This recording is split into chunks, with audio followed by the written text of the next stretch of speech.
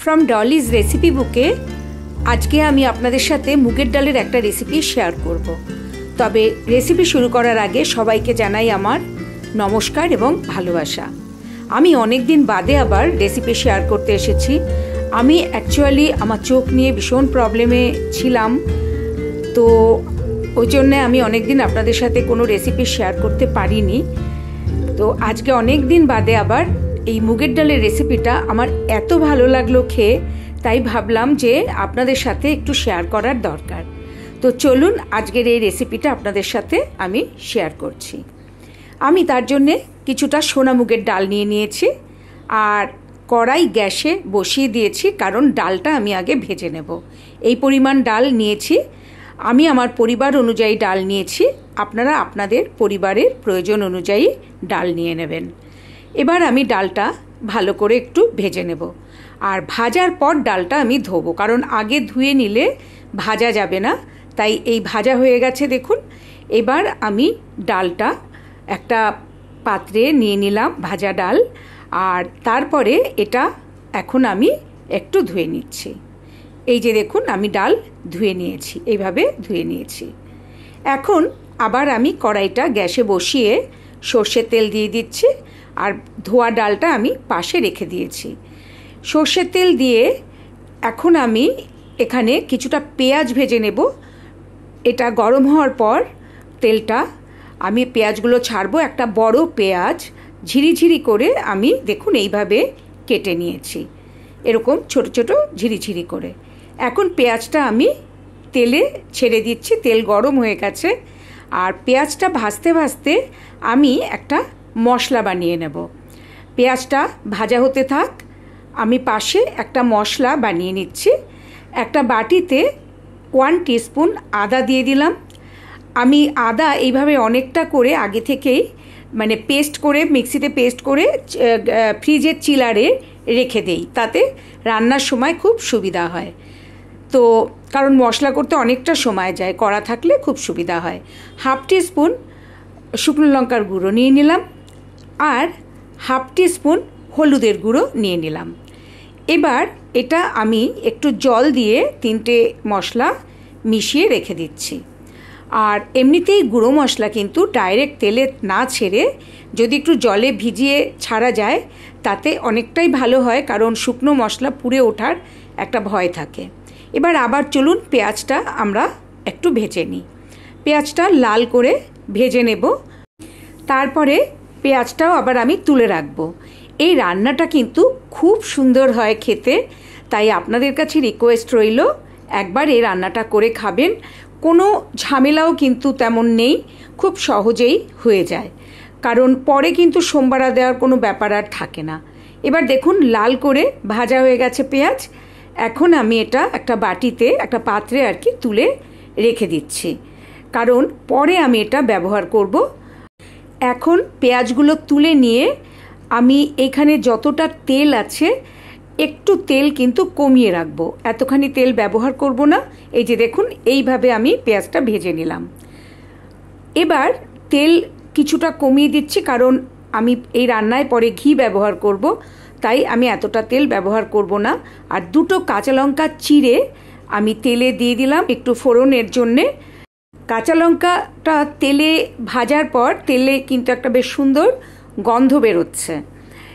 এখন কাঁচা লঙ্কা ভাজার পর আমি যে মশলাটা বানিয়ে রেখেছিলাম সেটা দিয়ে দিলাম। এই মশলাটা আমি ততক্ষণ ভাজবো যতক্ষণ পর্যন্ত না তেল ছাড়া ছাড়া হয়।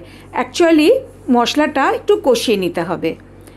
আর এটা কষানোর পর আমি যে ডাল ভেজে রেখেছিলাম সেই ডালটা এর মধ্যে দিয়ে দেব। মোটামুটি দেখুন মশলা তেল ছাড়া ছাড়া হয়ে এসেছে।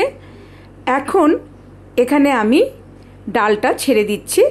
যে ডালটা আমি ভেজে ধুয়ে রেখেছিলাম মুগের ডাল, সেটা আমি এর মধ্যে দিয়ে দিচ্ছি। তবে ডাল কিন্তু এখন আর আমি ভাজবো না, শুধু ডালটাকে মশলার সাথে একটু মিশিয়ে নেব। ভালো করে মিশিয়ে নিলাম। এখন এখানে আমি গরম জল দিয়ে দিচ্ছি। আপনারাও কিন্তু গরম জল ব্যবহার করবেন, কারণ এমনিতেই কিন্তু ভাজা মুগের ডাল সেদ্ধ হতে একটু সময় লাগে, যদিও এটা সোনা মুগের ডাল।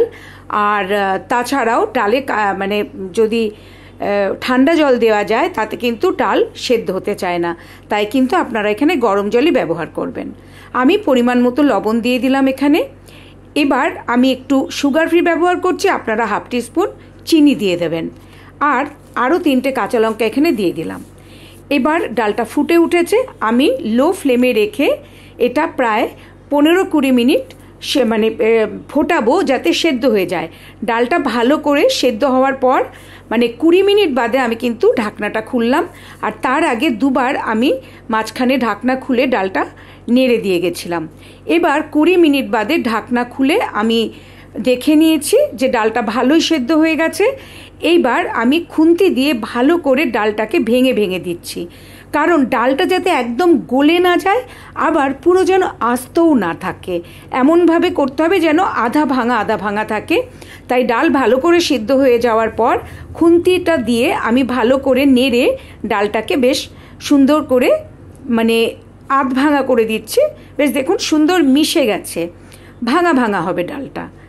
তারপরে এখানে এবার আমি ব্যবহার করব ঘি, আর আমি যে পেঁয়াজটা ভেজে রেখেছিলাম সেটা এবার আমি ব্যবহার করব।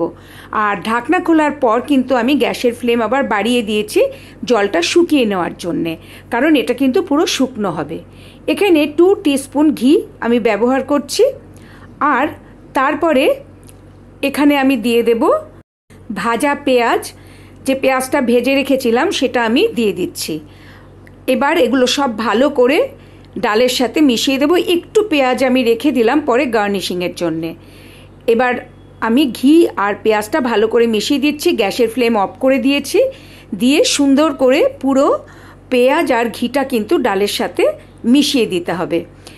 এই ডালটা আমি আবারও বলছি ভীষণ সুন্দর হয় খেতে, তাই আপনাদের কাছে রিকোয়েস্ট রইল একবার এটা করে খেয়ে দেখবেন, আর ভিডিওটা কেউ স্কিপ করবেন না। দেখুন কেমন হয়েছে ডালটা, কারণ নামানোর পরেও আপনারা কিন্তু বুঝতে পারবেন ডালটা অ্যাকচুয়ালি ঠিক কেমন দেখতে হয়েছে।